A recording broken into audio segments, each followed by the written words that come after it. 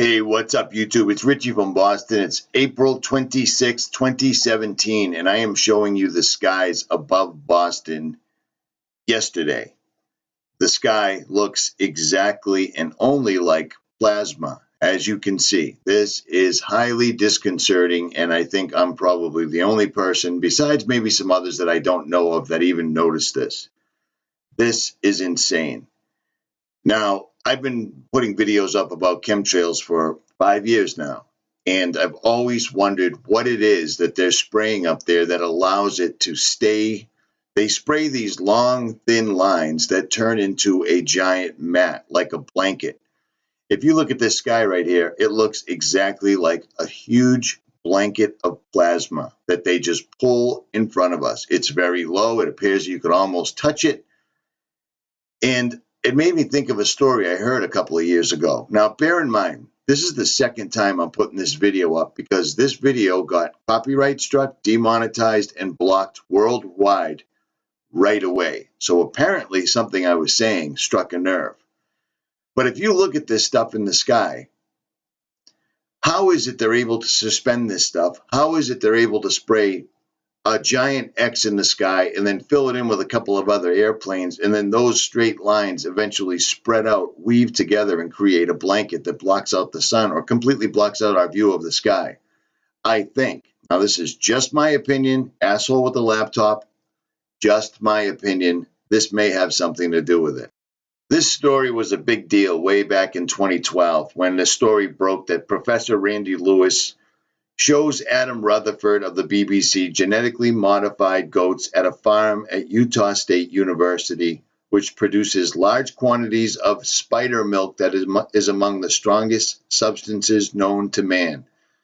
The transplanted gene means the goat produces milk containing an extra protein which is extracted and spun into a spider silk thread. And the name of it is Playing God. Now, I can't play this video because I'll be blocked worldwide once again. But when I look at stuff like that, and then I look at stuff like this that I can see every single day, it makes me think that that might have something to do with it.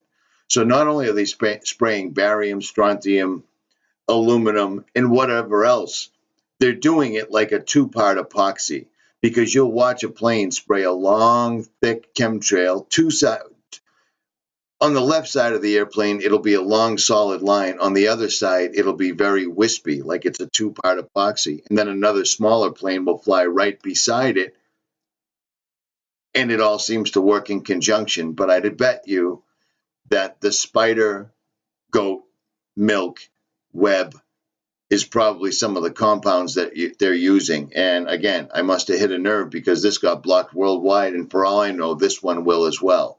Now, why are they spraying this up here? Well, look at it. That's not a normal stormy sky. When we were kids, you'd see, this is ridiculous, but it's how bad it is right now. When we were kids, when it was stormy out, there were still openings in the sky. It wasn't a solid black mass or a gray mass or a silver mass or a glowing mass of what appears to be plasma. This is definitely plasma. It makes the air easily electrically charged, and it also makes it a great medium on which to use something like what we call Project Bluebeam. Now, what is that, you might ask? I'll show you. Now, this is a video I put up about 6 months ago, and I know that the images aren't all that great, but it is what it is. You know what I mean? These are all holographs. All holograms, complete with shadows, everything. The little girl's even trying to pat them.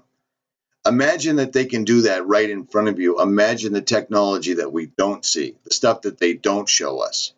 And again, I believe that's one of the purposes for the skies being sprayed so heavily, as well as to poison humanity, slowly dumb everybody down, get everybody coming up to get autism and everybody going out to get Alzheimer's.